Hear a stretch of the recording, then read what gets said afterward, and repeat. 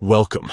If you're tired of typing your Instagram login details every time or just want a faster way to access your account, here's how you can easily save your login information on Instagram with the latest steps for 2025.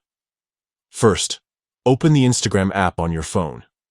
Make sure you're logged into the account you want to save. Once you're on your home feed, head over to your profile by tapping your profile picture in the bottom right corner.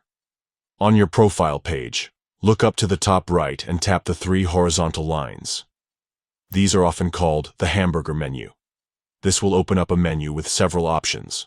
From here, tap on Account Center. The Account Center is where you manage settings across your Meta accounts, including Instagram and Facebook.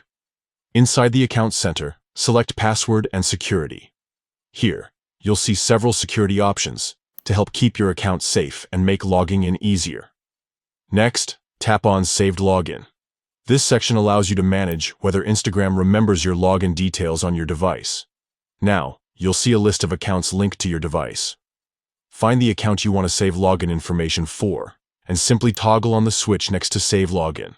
Once this is enabled, Instagram will remember your credentials, so you won't need to enter your username and password every time you log in.